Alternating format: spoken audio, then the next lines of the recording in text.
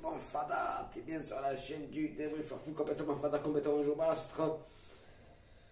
À la chaîne d'abord. En premier lieu, toujours bien glace, tu le sais l'aîné. Toujours efficace, fait du bien par où ça passe et il n'est jamais dégueulasse. C'est le pastaga ben glace.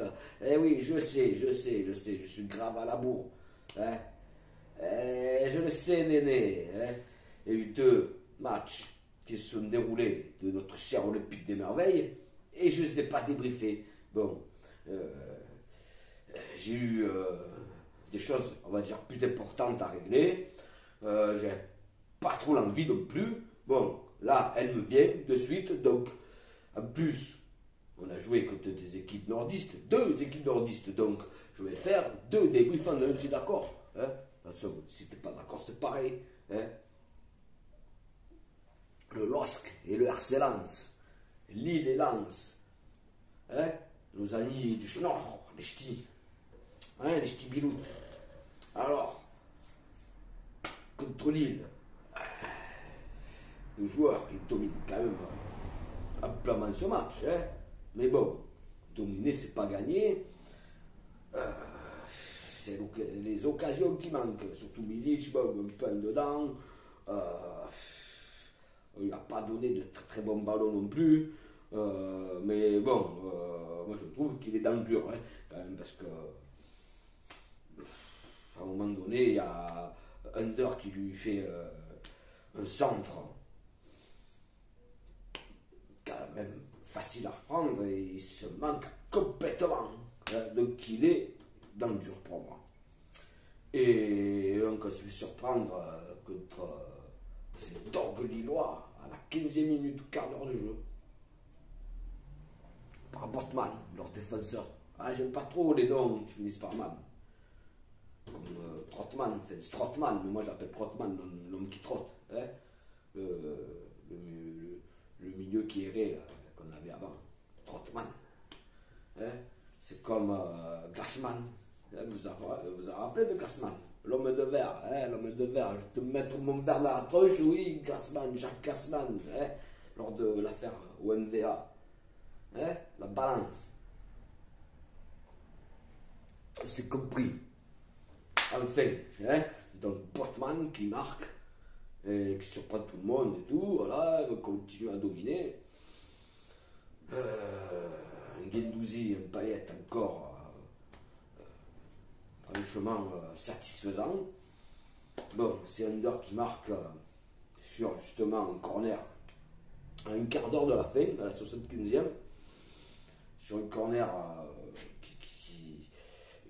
qui lui est adressé directement par Jim. Et donc à l'entrée de la surface, frappe enroulée, magnifique. Donc un partout sur ce match, beaucoup de déception quand même, parce qu'on aurait aimé prendre les 3 points. Mais quand même, on va se rattraper. Le match d'après, donc samedi dernier, en terre lensoise. Alors Lens, franchement, ils font une très bonne saison. On avait tous un peu peur, un peu craintif de ce match, surtout qu'ils nous avaient battu au match aller. Et bon, on nous avait piégés, parce qu'on avait quand même dominé encore une fois. Et là, on n'est pas tombé dans le piège. Un match, mais vraiment parfait de la part des Olympiens. En plus, on signe un joker libre, Cédric. Oh Cédric, Cédric, tu me donnes la trique, bout en but quoi, le mec. Putain, oh, on le prend. J'ai de vagues souvenirs de lui à Sochaux. Bon, il a passé 4 ans en Chine, en Turquie, je crois aussi. J'ai de vagues souvenirs de lui à Sochaux, oui. Quoi, le mec, quoi, 2 minutes 25 exactement après son entrée, il claque. Putain, oh, alors, nous enflammons pas, mais bon, c'est vrai que ça a de quoi réjouir, quoi. C'est surprenant. voilà, on s'y attendait pas du tout. Moi, j'avais pas vraiment d'avis ni positif ni négatif. Je me suis dit, on verra bien, quoi. Bon, il me disait quelque chose, on va dire. Voilà, de Sochaux. Voilà. Mais voilà, j'aurais pas misé un peu sur lui quand même, quoi. Faut dire ce qui est, quoi. Et voilà, mais attention, il faut pas que ça fasse comme Jiménez en 2006. Le mec, il marque contre Metz. Je me rappelle, un but de la tronche. On s'est dit, ouais, lui, il va envoyer du bois. Ça a été feu de paille, ouais. Il a pu marquer de la saison, il a marqué 2 buts, je crois. En tout et pour tout. Et donc, il ne faudrait pas que ça fasse pareil. Hein. Mais bon, s'il est dans une bonne dynamique, et que contre Montpellier en Coupe de France, par exemple, le prochain match, il claque encore. Enfin, tant mieux, hein. Tant mieux, on aura trouvé un buteur régulier tel Mamadou Diang. Hein. Mamadou Diang. Et non, pas Dieng, Diang, Nyang. Nyang. Eh oui, ouais, j'ai ma femme de calourcher, ça va. Ça arrive. Hein. Mais une partie parfaitement maîtrisée des Olympiens. Autant tactiquement, défensivement, Saliba, excellent. Luan Perez, rien à dire. Guendouzi, Camara au milieu, des monstres quoi. Payet aussi,